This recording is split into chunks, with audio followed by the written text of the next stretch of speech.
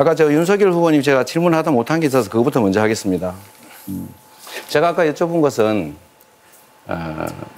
1년 6개월 공약을 했는데 지금 현재 1년 육아휴직을 사용하는 비율이 얼마나 되는지 혹시 아시는지. 두 번째, 이 현재 있는 것도 그 정도밖에 못 쓰는데 나머지 제대로 쓰게 하는 게 더 중요하지 않냐. 늘리는 것보다는 있는 것도 못 쓰는데 만약에 늘리는 데만 신경을 쓰게 되면 그런 일이 벌어지죠. 좋은 직장 있는 사람은 더 많이 쓰고 안 좋은 직장 있는 사람은 계속 못 쓰는 문제가 생기는데 답을 마저 좀 해 주십시오. 그거는 뭐 강제로 다 쓰게 한다기보다 1년 6개월씩 최대한 쓸 수 있는 제도를 만들면은 또 사람에 따라서 사정이 다를 수 있기 때문에 부부 합산해서 1년 6개월씩 3년간 쓰게 하자는 것이지 뭐 그것이 이거 저 출산율 제고에 이것이 100% 이것만 갖고 된다는 뜻은 아니죠. 네. 후보님. 네. 질문에 좀 답을 해 주시면 좋지 않겠습니까? 그 질문을 몇 퍼센트 정도를 지금 쓰고 있느냐? 네. 지금 현재 있는 걸 늘리는 구체적 방법이 뭐냐? 네. 한 번만 더 말씀하시죠. 한번 얘기를 해 주시죠. 저는 늘리는 것이 바람직하다고 네, 했는데 알겠습니다. 네, 네. 네. 지금 1년짜리를 늘리는 방법이 뭐냐? 누가 더 많이 쓰게 하냐 이런 말 아니겠습니까? 자, 알겠습니다. 네. 25% 쓰고 있고 네. 또 25% 이상의 나머지를 계속 쓰게 하기 위해서는 아까 네. 제가 말씀드렸던 것처럼 아빠들도 쓸 수 있게 할당제를 한다든지 또 자동 등록을 통해서 눈치 보지 않고 쓸 수 있게 만드는 게 더 중요하다 이 말씀을 드리고요. 강제로 하자는 나머지 말씀인가요? 다른 말씀을 드리겠습니다.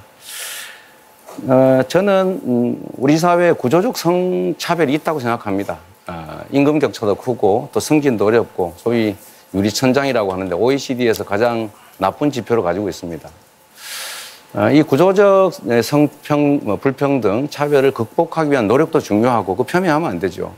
그 구조적 성불평등이 있다는 사실을 인정도 해야 된다. 그런데 후보님 저번에 제가 질의했을 때 결국 답 안 하고 넘어가셨어요. 여전히 구조적 성평등은 없고 개인적인 문제라고 생각하십니까?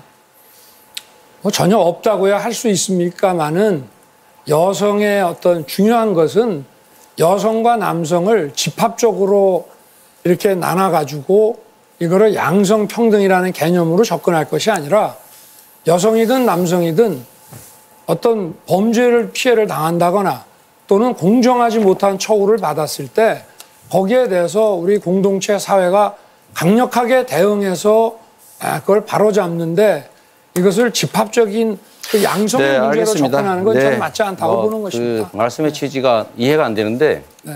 있다는 겁니까? 없다는 겁니까?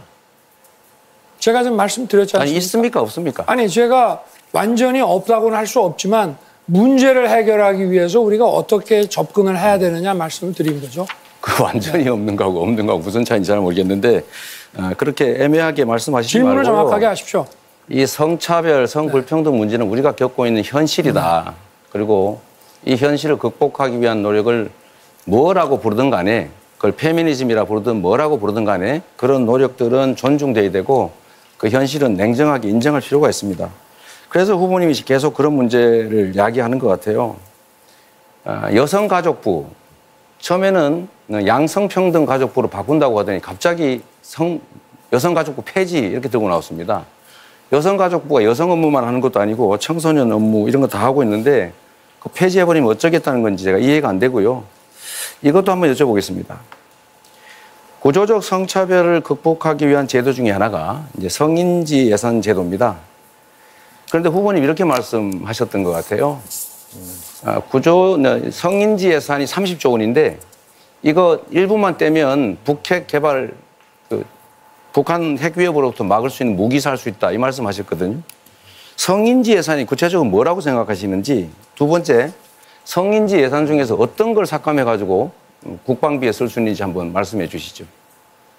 아니, 성인지 예산이라고 하는 거는 각 부처에 흩어져 있는 이런 예산들 중에 뭐 좀 여성에게 도움이 된다라는 차원으로 만들어 놓은 그런 예산들인데 뭐 원래 일반 예산을 이제 그런 거로 좀 성과 지표를 좀 과장도 하고 확대도 할 수 있는 거니까 저는 그런 예산들을 지출 구조 조정을 할 수 있는 예산들이다라고 봤고 거기서 조금만 지출 구조 조정을 해도 우리가 북핵으로부터의 대공 방어망을 구축하는데 네, 알겠습니다. 저희가 쓸 수 있다 이런 전혀 얘기죠. 지금 포인트가 안 맞는 말씀을 하시는데 포인트가 왜 안 자, 맞습니까? 성인지 예산이라고 하는 것은 여성을 위한 예산으로 특별히 있는 게 아니고요. 네? 아니죠. 그게 일반 예산이라고 잠깐만 하지 제가 질문할 않았습니까? 때는 들어주세요. 아니 제가 제대로 얘기를 했는데 오해를 하고 질문할 때는 들어주세요. 네. 네, 그렇게 해주셔야 됩니다. 규칙을 지키셔야죠. 검사님 출신 아닙니까? 규칙을 안 지키시면 안 됩니다. 자, 일단은 구체적으로 어떤 걸 삭감할 수 있는지 한 말씀도 안 하셨는 것 같은데 우리 후보님이 제시하신 정책 중에도 범죄 피해자 보호 지원 사업, 한부모 지원 강화 사업 이런 게 다 성인지 예산이에요. 이게 여성을 위한 예산이 아니고 남녀 성평등을 위해서 특별히 고려해야 될 예산을 모아놓은 겁니다. 분류 방법이 하나라는 거 좀 말씀드리고요. 이런 식으로 나라 살림이나 행정에 대해서 모르고 마구 말씀하시면 안 된다. 이 말씀 하나 드립니다. 이거 하나 더 여쭤보겠습니다. 디지털 성범죄가 매우 심각한데 디지털 성착취물 영상 유통 심각하잖아요. 그렇습니다. 그래서 N번방 방지법도 만들어졌고 저희 경기도에서 디지털 성범죄 피해자 원스톱 지원센터도 만들었는데 반응이 아주 좋습니다. N번방 방지법 반대하시잖아요. 왜 반대하십니까? 더 철저하게 방지를 하기 위해서 현행 법이 실효성이 좀 떨어지기 때문에 제대로 만들어야 된다. 기술적으로 더 연구해서 해야 된다. 네. 그게 저희 당론입니다. 네, 알겠습니다. 저로서는 좀 납득이 안 되긴 하는데 필요하면 개정하면 되지 왜 반대를 하십니까? 이해가 안 되고요. 뭐 이미 제가 만들어진 안철수 후보님께 법인데요. 하나 여쭤보겠습니다.